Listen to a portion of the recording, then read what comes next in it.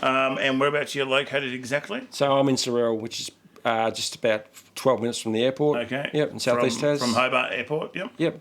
Awesome. And what type of snakes do you do in this area, and how far do you go out from this area? A bit of a mixture. So we mainly do, in this area, copperheads. We get a lot of copperheads, but also tigers as well, but more so copperheads around this area. But as you go further out towards 7 Mile Beach, Acton, more so tiger snakes. So Yep. a bit of a mixture. And what colour are the copperheads? Pretty much the same colour, the darker ones? No, or? they vary. So we can get dark to light. There's some really nice red ones there we caught a few weeks ago. And the tigers as well? Different colours? They vary a lot. Can be very light to very dark. And can you get really black ones here, or is it just in... You get the occasional islands? black one, yeah. I've got the one you seen earlier, Lex, that was from down near Carlton Beach. Yeah, So that was a really bit nice. more rare to get the jet black ones here. Yeah. The islands, what islands are they where you get the real black ones? So Bass Strait Islands in the Lakes area and on the west coast is really prominent with the black tigers. And Chapel Island and all those scattered islands. Awesome. And how many call-outs do you reckon you do a year? Roughly. Probably a few hundred. And with those call-outs, obviously, they're not all snake catching. Sometimes the snake's gone. Sometimes it's a lizard. How many reptiles would you do, and what sort of reptiles when you go out catching a snake and it ends up being something else? It varies a lot. Yeah, so we've got a lot of calls for blue tongues, she-oaks. So do you get calls to move reptiles as well as snakes? Yes, occasionally. Yeah. Some people don't really want blue tongues there. Like some of the older people sort of a bit funny about having blue tongues there. Yeah, but we try and let them know that they're not going to hurt them. But if so you got your blue tongues. You got so that's your southern blotchies. There's no easterns here. No eastern blue tongues or anything like that. You got your Tasmanian southern blotchies. And you've also got your she-oaks. Yep. And what range of colours do they come in? Huge variety of colours. Yeah. So our she-oaks are endemic to Tasmania, so they're totally different to anything you'd find on the mainland. And colours vary and patterns vary a lot. Wow, awesome. Yeah, great little animal creature. We've been doing a bit of work with the she-oaks and interviewing people about them and down here, and they're fantastic. Absolutely love them. And I had nothing much to really do with them until I came down here. So, yeah, a beautiful creature, that's for sure. What sort of equipment do you use?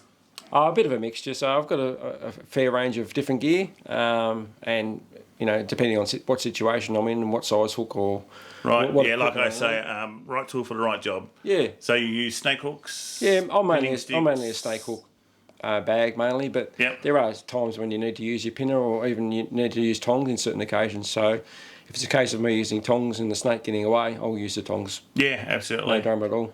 Absolutely. And what do we have here? These are just a couple of transporting containers? Yeah, just a couple of transport containers. I'll use that one for bagging up snakes. This one down here, it looks like the one from America? Yeah, it's a Midwest one. I've got a couple of those. They're quite handy. Yep, awesome. Fantastic. You wash your bags? And reuse them obviously until run out of juice. Bags are washed and sanitised pretty much after every, whether we do a display or after a catch, and if there's the venom and all they get dirty, they just wash straight away. Absolutely. So it's good to be clean like that and tidy with animals and venomous stuff, especially. And what about increase of snakes? So how long you been doing it for now? So the snake catching side. Seriously, for about 14 years. 14 years. Oh, long time, mate. Yeah. Long time. That's fantastic. So you would have relocated a lot of snakes, my friend. Yeah. So you would have saved a lot of lives and a lot of pets and bone animals for sure. Yeah, for sure. After 14 years. And have you seen an increase of snakes? Oh, definitely, yeah. So obviously with the more people building out into the bushy areas, absolutely, and they're starting to come across snakes.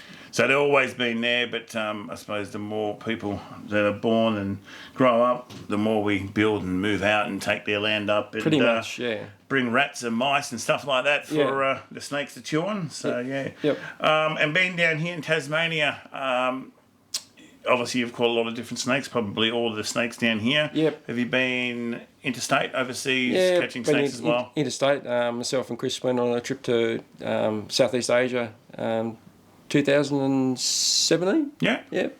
And we got to play with some vipers and king cobras and Komodo dragons. King cobra, it's my favourite snake. Just awesome. Yeah, amazing. Absolutely love them. Amazing. So good. Yeah. Shout out to Bali Reptile Rescue, my good friends out there. Go check them out. do fantastic work. And also with your lizards that you use for demonstrations and snakes. Is it just venomous snakes you use for demos, or you have non-venomous snakes as well? No, we also have a few pythons that we have display permits for, so we use those. For the hands-on stuff. But yeah, we do take our venomous snakes to all our displays, and really heavy on snake awareness and snake safety. And what sort of lizards do you guys take? Is it lizards from here or from the mainland as well? Yeah, mainly from here, but we do have some bearded dragons as well that we bring along. But yeah, kids and adults even love bearded dragons, don't they? Yeah, even the blueies. The blueies are a big favourite here, and they're always a hit. So we have quite a lot of blue tongues. Shag and mountain dragons are also quite popular for people to see. A lot of absolutely. People don't even know that we have shags here, so it's a bit of a surprise when we. So the she-oaks have got a few slang names too from the old fellas. The old boys and girls out there used to call them, was it the slender blue tongue? They used to be called death adders quite a few years ago. Death adders as well, and I think there's a few more. Bloodsuckers are the mountain dragons. They used to be called the bloodsuckers, was it? Bloodsuckers for the mountain dragons. They're another favourite of mine. I love little mountain dragons. So we have them in Victoria where I am. Also called heath dragons. Yes. Not named after me, but. That's cool. All right, let's go and have a look at some of your stuff. But before we do that, we're going to do a little bit. We're going to do something a little bit different. We're going to have a little bit of a look at a gorgeous copperhead snake that you brought up, and it's a pet one and handles very good. And never, ever hold a venomous snake or touch any snake unless you know what you're doing. And like I said, this is a pet one. This is Ranger. Let's talk about Ranger. Ranger was a rescue snake. Believe it or not, he is 7 years old. Had a bit of a stunted start in life with his sort of growth. But once he got onto the mice, he's powering along. He's a very chilled, relaxed little snake. As you can see, he's very, very comfortable being handled. And he's quite a bit of a favourite with most people who sort of see him. Can I have a little bit of a hold there? I had a hold earlier on, and have faith in Justin and his wife and this beautiful snake. If you hold that one. So he does have his own Instagram. So it's Ranger the Snake. If you want to go and check out Ranger. There we go. Absolutely gorgeous. So this is a copperhead snake. Highly venomous, very dangerous. If you get that venom inside you, of course. So gorgeous, absolutely gorgeous. Oh, well, you know what? Thanks for letting me hold that snake. And early on, I had a nice little hold as well. And thanks very much for being on the show. And let's go and check out some of the other stuff. So thanks very much, mate. It's going to be hard to shake, so we'll do it like that, maybe. No problem, please. Okay. All right. Thanks, mate. Pleasure. So these are mountain dragons. Great little lizards to keep. Got great little personalities. So these eat live insects. So they're insectivores. Getting harder and harder to find around Tasmania, actually. So they are great little lizards to keep, and you can actually keep these on a Tasmanian herpetology permit. And we're actually allowed to collect animals from the wild, unlike a lot of the states in the mainland. So we're quite lucky in that aspect. So these are 3 Chapel Island tiger snakes. They were captive bred 2018, so they're a little bit over 4.5 years old. And so we've got Nugget there, Drogon and Merle. These 2 are siblings, and this is one from a separate one.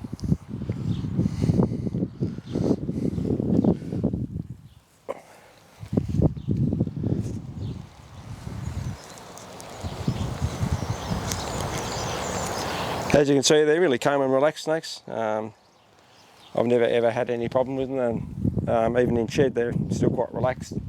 They're handled pretty much daily, so they're very used to being handled. And as you can see, they're very well looked after snakes. So this one here is a gold-faced Tassie tiger. This one here was sort of a rescue. It was someone who couldn't keep it. They no longer could look after it, no longer were allowed to look after it. So I've had it for probably about 6 years now. Got it when it was quite small. It's got beautiful sort of gold coloration. It's sort of like a blue fleck through it too. So as you can see, he's quite blingy. So his name is JZ. His name does sort of suit him. He's a pretty chilled out and relaxed snake. Just gets a little bit funny at food time. Whenever he smells mice, he's a bit snappy. So like most snakes, just got to be a bit careful when you're getting them out for feed and they know there's food coming. But apart from that, he's pretty chilled. Enjoying a bit of the sun, which is good for him. It's good to get him outside. They love it. Just decided to become really active at the wrong time. So these were both rescue snakes. Very light coloured compared to some of the other tigers that we have here in Tasmania.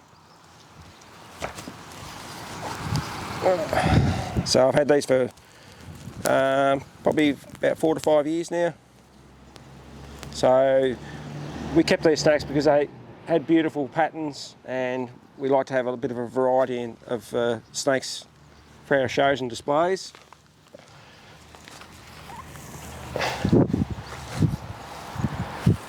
So this one here was found in netting, and this is netty, and the other one here was found in some galvanised wire. So yeah, just take off. So they were rehabilitated at first. After a few sheds, their scale sort of came back. We had a bit of a scale lift there from the wire and the netting, but as you can see, they really, after a few sheds, they're looking quite pristine. So these are venomous snakes, so just you have to be a little bit careful with them because they're not just quite as placid and relaxed as some of the captive snakes that we had before. I'm not worried about them biting, it's just that they're more active and they're a little bit harder to control. Now that one's there, settled in the sun now, which is good. You can see the body there widened out to try and soak up those sun rays.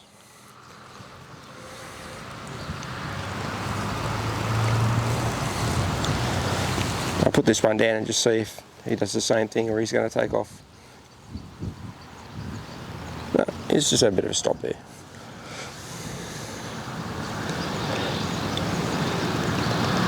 Looks like he's found a good spot there, sort of semi-shaded but still a nice bit of sun for him. It's typical basking behaviour for tiger snakes, how they spread that body out and they can sit there for quite some time to soak up the sun.